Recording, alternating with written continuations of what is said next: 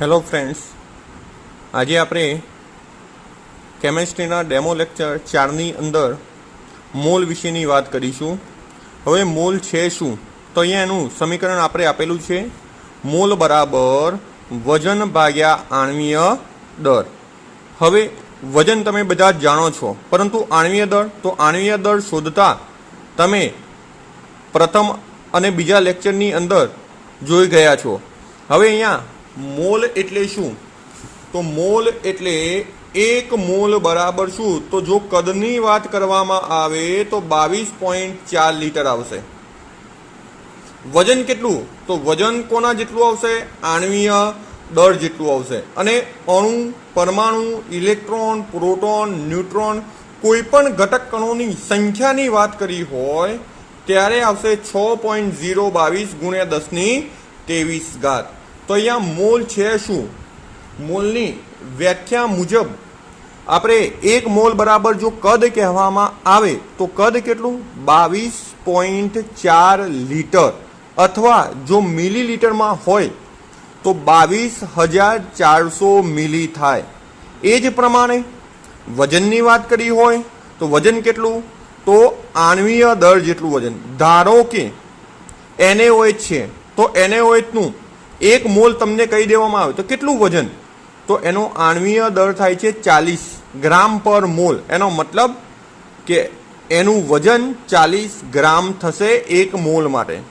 એ જ પ્રમાણે અણુઓની સંખ્યા, પરમાણુની સંખ્યા, ઇલેક્ટ્રોનની સંખ્યા, કોઈ પણ આયનની સંખ્યા કહે તો કેટલી આવશે? 6.022 ગુણ્યા 1023 જેટલી આપણને જોવા મળશે. તો આમ મોલ એક ખૂબ જ અગત્યનો કોન્સેપ્ટ છે, જે નીટની અંદર પણ તમારે યુઝફુલ થઈ રહે એ પ્રકારનો કોન્સેપ્ટ છે. હવે આપણે અહીંયા એક ઉદાહરણ લઈને મોલને શોધવાની વાત કરીશું. 4 ગ્રામ NaOH ના મોલ જણાવો. તો અહીંયા સૌ પ્રથમ આપણી પાસેનો જે ઘટક છે એ કયો છે? NaOH. તો NaOH માટે આપણે સૌ પ્રથમ પહેલા એના આણ્વીય દળ શોધીશું. તો NaOH નો આણ્વીય દળ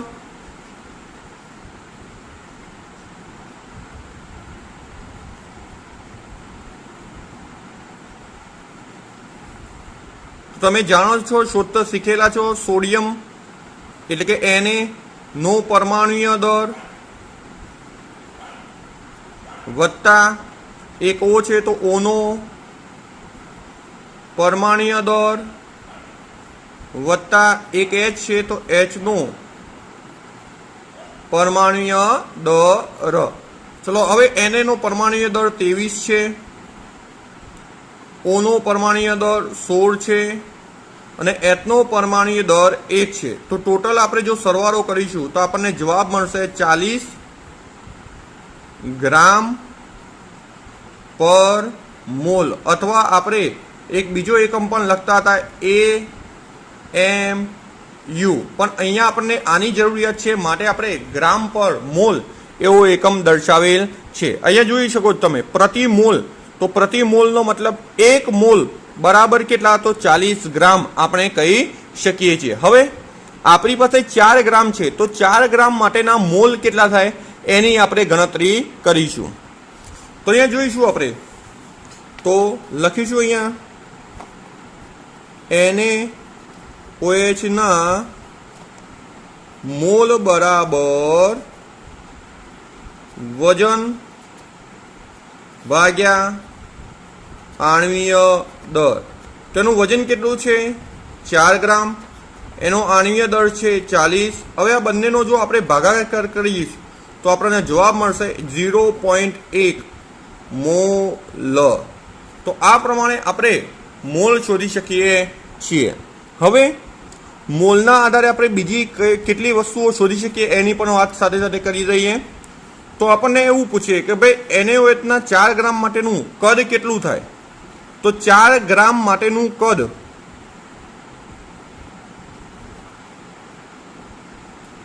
તો કદ બરાબર આપણે સૌપ્રથમ એના મોલ શોધીશું. મોલ શોધ્યા બાદ આપણે એનું કદ શોધીશું. હવે એના માટે લખાણ કઈ રીતે લખીશું?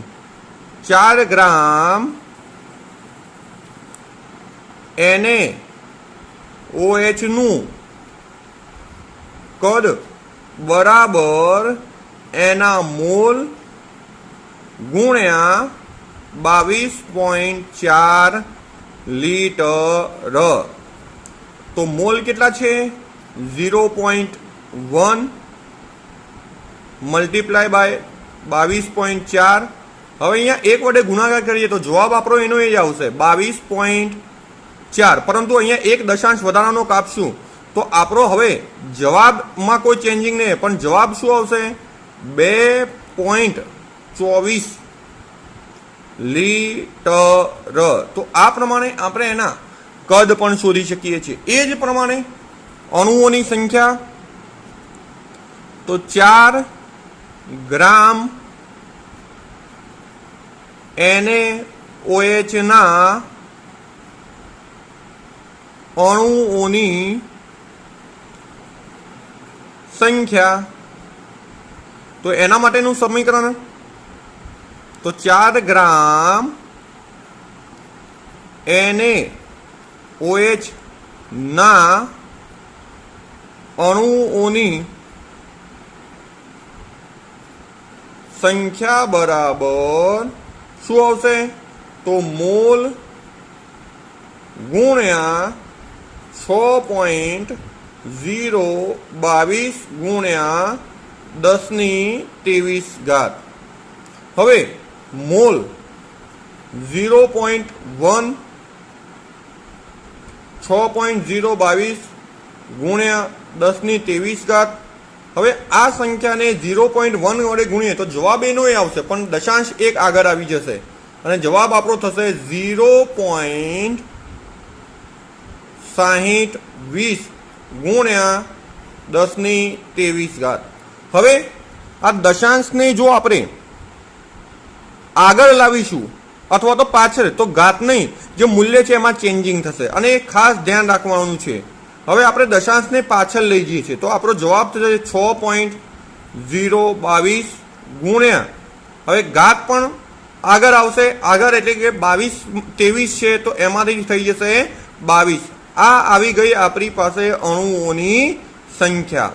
તો અહીંયા 4 ગ્રામ NaOH ની અંદર કેટલા અણુઓ આવેલા છે? તો 6.022 ગુણ્યા 10⁻22 જેટલા અણુઓ આવેલા હોવા જોઈએ.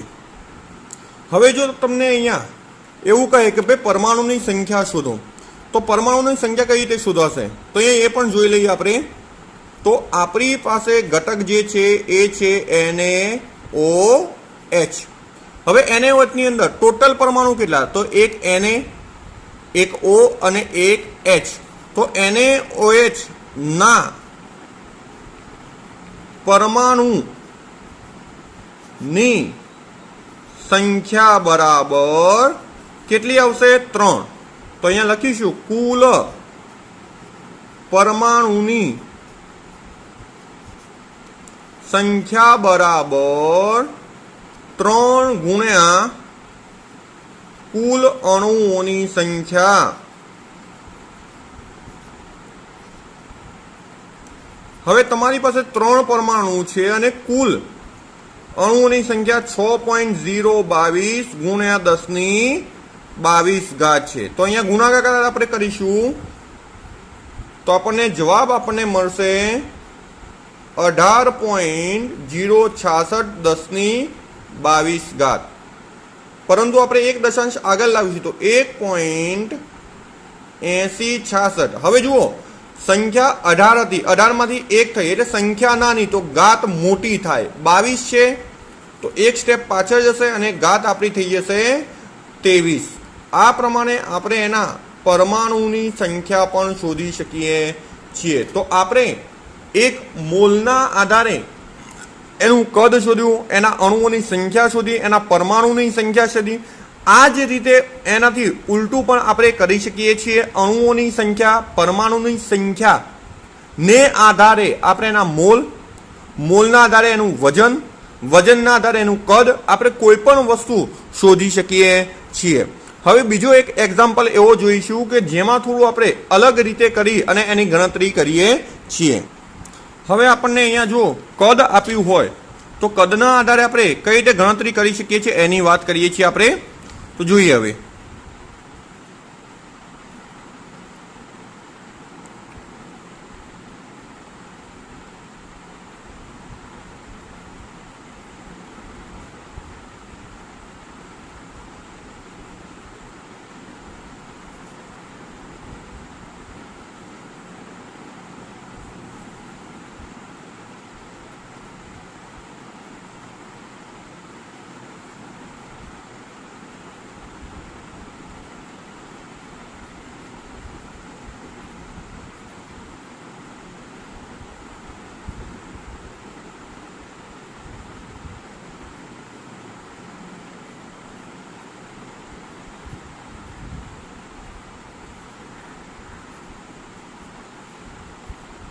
તમે એક્ઝામ્પલ જોઈ શકો છો શું લખેલ છે કે 2.24 લીટર NaCl માટે મોલ અણુઓની સંખ્યા અને પરમાણુની સંખ્યા આપણે શોધવાની છે. હવે આપણને અહીંયા કદ આપ્યું છે.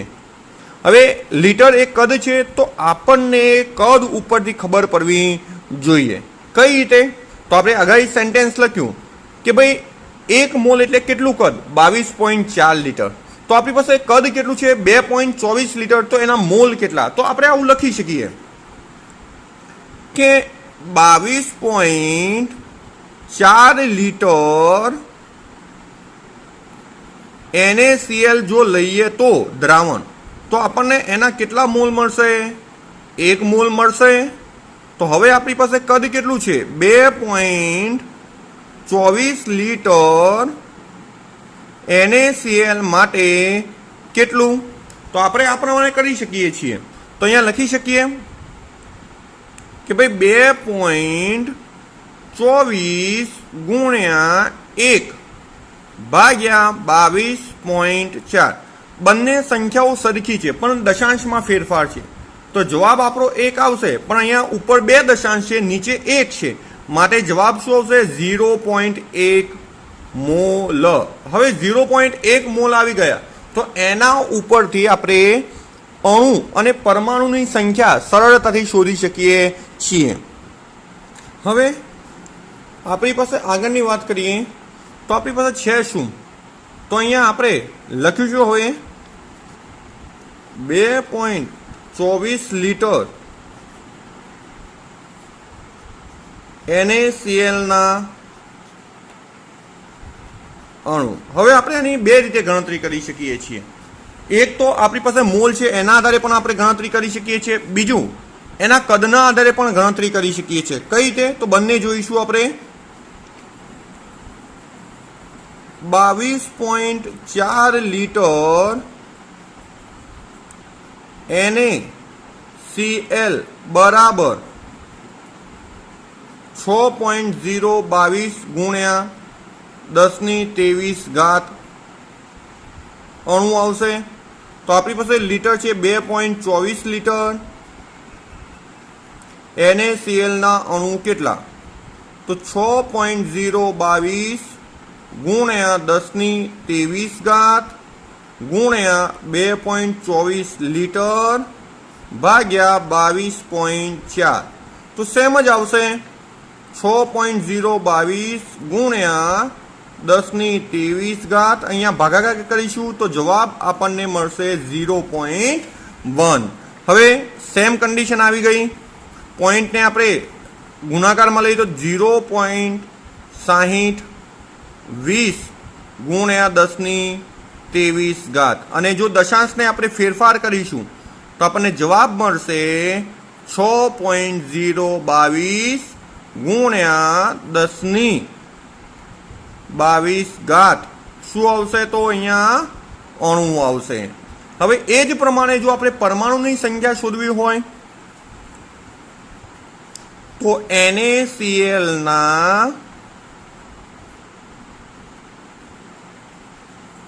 પરમાણુ કેટલા ભાઈ? તો એની અંદર એક Na અને એક Cl માટે 2 પરમાણુ થશે. માટે પરમાણુની કુલ સંખ્યા બરાબર 2 ગુણ્યા અણુઓની સંખ્યા. તો 6.022 ગુણ્યા 1023. હવે બંનેનો ગુણાકાર કરીશું તો 4 4 0 અને 6 ગુણ્યા 2 માટે 12 1023. હવે અહીંયા જો આપણે દશાંશને આગળ લાવીએ તો 1.2044 ગુણ્યા 1023 જગ્યાએ સોરી અહીંયા 22 છે તો અહીંયા થઈ જશે હવે 23. શું આવશે તો પરમાણુ. તો આ પ્રમાણે આપણે કદના ઉપરથી પણ અણુ તેમજ પરમાણુની સંખ્યા આપણે શોધી શકીએ છીએ. હવે આપણે અહીંયા અણુઓની સંખ્યાને આધારે એનું કદ અને મોલ શોધીએ છીએ. તો સૌ પ્રથમ 10⁵ અણુઓના મોલ બરાબર સૂત્ર છે આપણે જાણીએ છીએ કે ભાઈ 1 મોલ એટલે તો 6.022 ગુણ્યા 1023 છે. તો હવે આપણી પાસે છે 10⁵ ગુણ્યા 1 મોલ નીચે ટોટલ સંખ્યા એટલે 6.022 ગુણ્યા 1023 બરાબર. હવે અહીં જુઓ 6.022 ગુણ્યા વડે તમે ડિવાઇડેશન કરીશો તો કોને કરીશું ડિવાઇડેશન? 1 ને. હવે 10⁵ છે એમાંથી 23 ઉપર થશે એટલે માઇનસ થશે.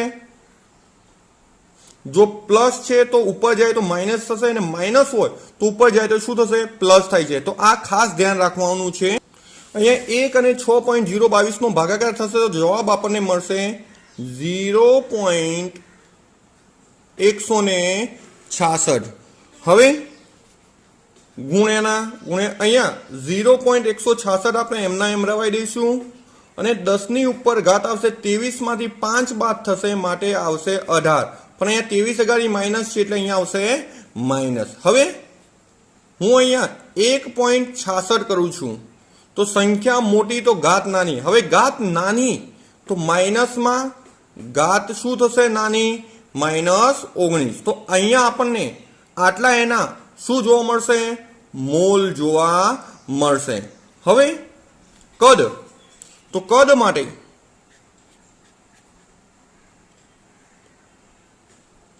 6.022 ગુણ્યા 1023 હોય તેનું કદ થાય 22.4 લીટર.